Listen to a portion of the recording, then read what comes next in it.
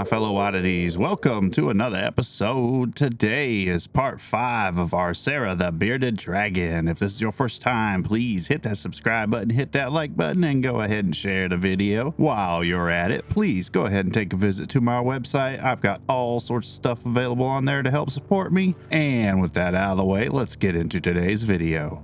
So the aim of today is just using smaller and smaller brushes to get finer and finer details. We are going to be using pretty much the exact same palette as we have been using, which is our Mars Black, Titanium White, Yellow Ochre, Burnt Sienna, Raw Umber, Cadmium Red, and Cadmium Yellow. But we're also going to throw a little Cobalt Blue in there because we're going to mix up some purple as well for the underbelly, the throat of the bearded dragon. There's a little underlayer under there that's really a deep purple, and I really like to accent that a little bit more, and I really like how this is turning out. We also go through and start topping off some of these spikes a little bit better, and we're bouncing a little bit all over the place, but we're just fine-tuning everything. I'm mostly using a small angle shader. That's pretty much the only brush I use today.